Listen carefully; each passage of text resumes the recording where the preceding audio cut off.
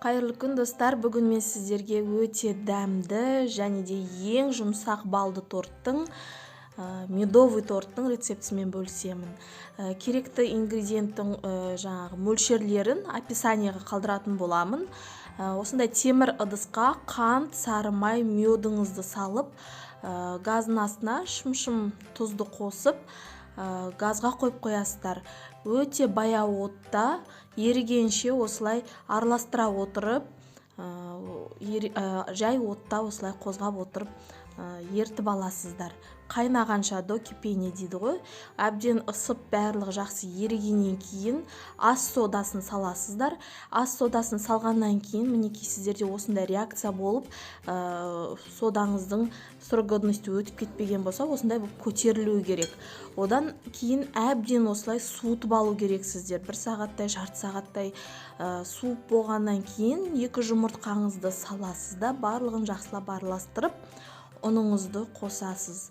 Барлық керекті мөлшерлерін описанияға қалдыратын боламын. Ингредиентке керекті мөлшерлерін описанияға қалдыратын боламын. Енді осы шыққан қамырымызды жақсылап илеп аламыз. Қамырыңыз сізде өте жұмсақ, бірақ қолға жабыспайтын болып шығады. Мінекей мен целлофанға салып, жақсылап бетін жауып, морозильникке бір жарты сағатқа кішкене сәл қатайғанша ғана салып аламын. Себебі жайғанға өте ыңғайлы болады. Енді сіздер өздеріңіз білесіздер, 10 бөлікке бөлсеңіздер де болады. Мен 12 бөлікке бөліп осылай шарик жасап алдым. Енді астына бірден пергамент қағазын төсеп, кішкене ғана ұныңызды сеуіп, қамырды керекті диаметрде жайып шығасыздар. Мен 20 диаметрге осылай салып, кесіп, бірден дайындап алдым. Бірден кесіп алмасаңыз, кейінірек қатты болып қалып, сынып кетуі мүмкін, өйткені қамыр өте жұқа қылып жайылады. Бірден осылай вилкамен, шанышқының көмегімен тесіп шығасыздар. Және де духовкада 180 градуста әрқайсысын 5 минуттан пісіресіздер. Пока әрқайсысын пісіргенше біз кремін дайындайық. Кремге тек 3 қана зат керек болады. Қаймақ, сахарная пудра және де сгущенное молоко. Осы үшеуін мен қазір қаймақ пен сахарная пудраны жақсылап араластырып жатырмын. Миксердің көмегінсіз ақ осылай араластырсаңыздар да болады. Енді сгущенканы қосып жатырмын. Неке осы сгущенканы да қосып болғаннан кейін барлығын жақсылап араластырасыздар да холодильникке қойып қоясыздар.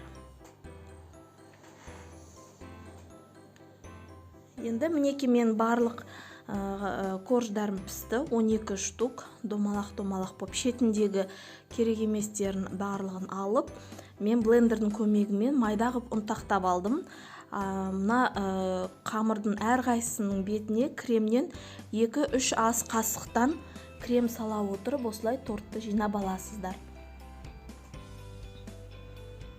Бәрін жинап болғаннан кейін 30 минут холодильникке қойып қоямыз. Одан кейін бірақ сәндесеңіздер болады. Мінеке 30 минут холодильникте тұрды. Бетіне тағы да кішкене қалған кремді жағып жіберіп жатырмын. Және де торттың шетінде қалған жаңағы ұнтақтардан керек емес қамырды мен блендердің көмегімен майдалап, жаңағы шетіне себуге дайындап алдым. Сіздерде егерде блендер болмаса, целлофанға салып, оқтаудың көмегімен сіздерде майдалап алсаңыздар болады. Неке осындай крошкаларды дайындап алдым, майдалап. Осыны енді торттың бетіне сеуіп шығасыздар. Өздеріңіз қалағанша әрлесеңіздер болады. Тортты мен бір түнге қалдырып холодильникке салып қойдым. Негізінде 1-2 сағат тұрса жеткілікті. Мінеке торттың ортасы осындай өте корждары жіңішке болады. Өте жұмсақ және де маған өте қатты ұнады. Міндетті түрде осы рецептпен жасап көріңіздер.